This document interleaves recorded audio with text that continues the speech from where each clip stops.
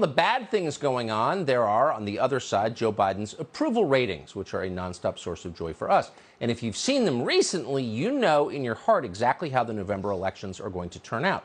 Biden's obviously been a disaster for the country. But not only has he made the U.S. poorer, weaker, and much more ridiculous, people know that he has. And they tell pollsters about it all the time. Biden is the single least popular president in modern American history. At this point, absolutely nobody is impressed by Joe Biden, and that would be including Dr. Jill. So this is a big problem for the Biden family, obviously, but a much bigger problem even for the Democratic Party, which Joe Biden leads. Unpopular presidents drag their parties to the bottom in midterm elections. That's the unchanging rule of politics. You saw it famously in 1994 with the Republican takeover of Congress after 2 disastrous years with Bill Clinton. You saw it in 2006 after Hurricane Katrina. You saw it in 2010 after Obamacare. You saw it in 2018. So there's no question based on precedent that that's about to happen once again in 2022 in November. That's what everybody assumes. And in fact, it may well happen. We're certainly praying for it. But as of tonight, we have to be honest with you. The numbers don't show that happening.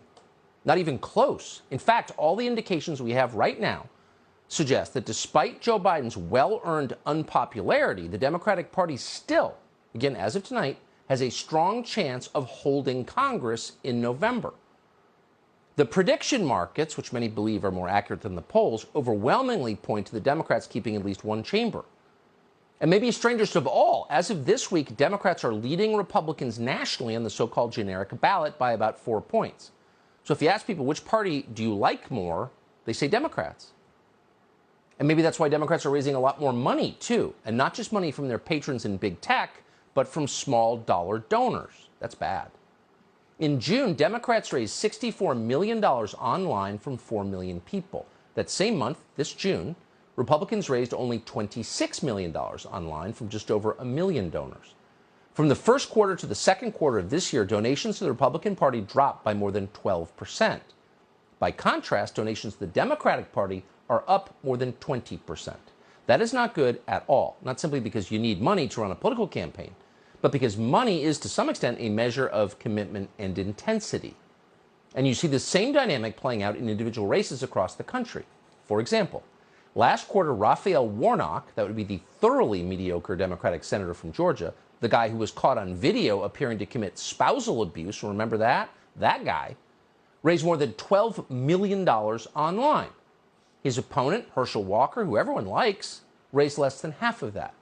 So far, Raphael Warnock has raised an astounding amount of money. He's hauled in more dollars online than 7 Republican senatorial candidates combined. Candidates in North Carolina, Pennsylvania, Nevada, Ohio, Florida, Wisconsin, and Georgia, combined. Herschel Walker is now trailing Raphael Warnock by 10 points. And this is happening in a state they tell us went for Joe Biden by a margin of about 1/3 of a percentage point. That is bizarre. What is going on here? It's not just happening in Georgia. According to the official numbers, you'll recall, Joe Biden won the state of Pennsylvania by a little over a single percentage point in 2020. So it's been 2 years. Biden has become much less popular since then. Meanwhile, Pennsylvania, which is controlled by the Democratic Party, has become much worse, far more chaotic and dangerous.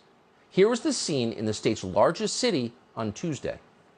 Nearly 100 shots fired on 57th Street between Haverford and Westminster tonight. A sea of evidence markers line this West Philly street, telling of the potentially deadly chaos that unfolded here. Responding officers found 4 victims on 57th Street.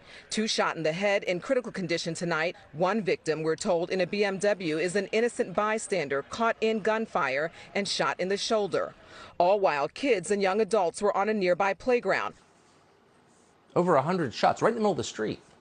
It's hard to believe that's an American city. It's hard to believe that's the place where our Constitution was written. It's totally unacceptable. And it wasn't organic. It didn't just happen. This is a result of policies from the Democratic Party. Period. Now, you'd think, this being a democracy, that voters would punish anyone who had anything to do with turning Philadelphia into the disaster you just saw. And John Fetterman certainly did have a hand in that. He's the sitting lieutenant governor of the Commonwealth of Pennsylvania. Fetterman now wants a new job. He's running for the U.S. Senate. He's the candidate. And in some ways, John Fetterman is the weakest possible candidate you could run. He has, obviously, a very public record of failure. He also had a devastating stroke this spring, which is sad. but it affected him. Here he is campaigning for Senate. You can count on us to eliminate the filibuster. If you come out and step with us, we will be able to stand with you in D.C.